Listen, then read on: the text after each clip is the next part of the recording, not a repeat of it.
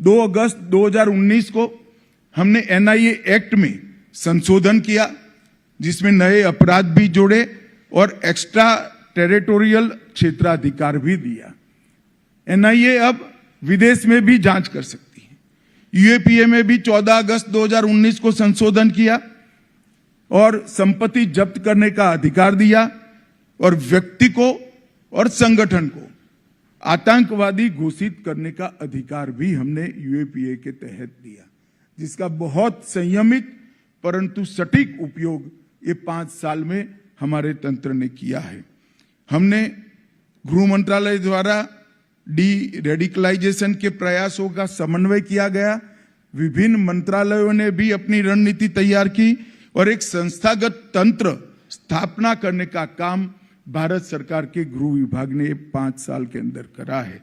आतंकवाद की फंडिंग को नियंत्रित करने के लिए 25 सूत्रीय इंटीग्रेटेड योजना 2020 में बनाई गई, जिसमें आतंकवाद के हर स्वरूप को, जिहादी आतंकवाद से लेकर नॉर्थ ईस्ट के आतंकवाद से लेकर वामपंथी उग्रवाद से लेकर फेक इंडियन करेंसी नोटों से लेकर नारकोटिक्स तक ढेर सारे कदम उठाए गए। एफसीआरए से लेकर रेडिकलाइजेशन की फाइनेंसिंग से लेकर अवैध हथियारों की तस्करी तक 4 एजेंसियों में काम बांटकर सामंजस्य के साथ ये इकोसिस्टम को तोड़ने का काम किया गया और इसके बहुत अच्छे नतीजे मिले हैं। मल्टी एजेंसी सेंटर मैक की वर्किंग को रिवैम्प किया गया।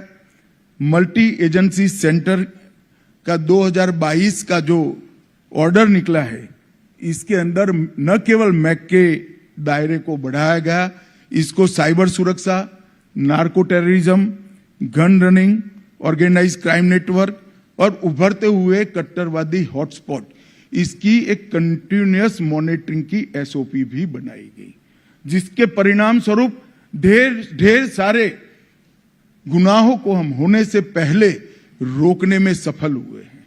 और जब ये मीडिया के मित्र भी खड़े हैं, मैं उनको हमारे अधिकारियों की ओर से एक बात बताना चाहता हूं कि जब कहीं पर 1 किलो आरडीएक्स पकड़ा जाता है तो 2 कॉलम भी इसको समाचार नहीं मिलता है, प्रसिद्धि नहीं मिलती है, मगर ये 1 किलो आरडीएक्स का बम बनकर अगर धमाका होता है तो दिनों तक आप रिपोर्टिंग कर रहे हैं।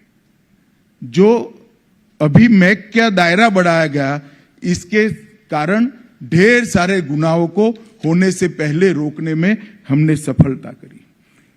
नेशनल मेमोरी बैंक को स्थापित किया गया और उसको प्रभावी रूप से लागू करने के लिए काम किया गया। इंफॉर्मेशन के आधार पर एक सेंट्रल डेटाबेस की रचना भी की गई।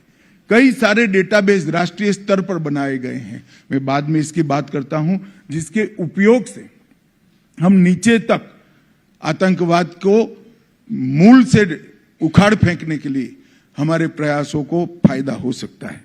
एसपीजी एक्ट में भी सुधार किया, आर्म्स एक्ट में भी सुधार किया।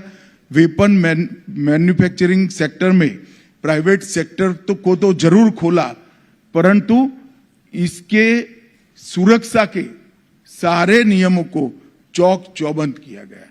लगभग 15 से ज्यादा ऑर्गेनाइजेशन को टेररिस्ट ऑर्गेनाइजेशन, अनलॉफुल एसोसिएशन घोषित किया गया और अभी 7 नए ऑर्गेनाइजेशन को भी किया गया है।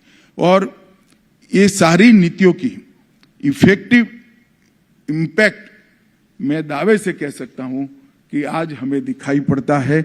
2014 के बाद देश में कोई बड़ी टेरर घटना नहीं हुई है। इसमें हमारे पुलिस बल ने सफलतापूर्वक इसको निरस्त करने का काम किया। और 2006 से 13 और 14 से 21 आतंकवादी घटनाओं का हिसाब किताब करें तो 70% की कमी आतंकवादी घटनाओं में दिखाई पड़ी है। और ये जो 30% भी है, इसमें पुलिस एक्शन को भी, आतंकवादियों के साथ जो मुठभेड़ होती है, इसको भी शामिल किया गया है।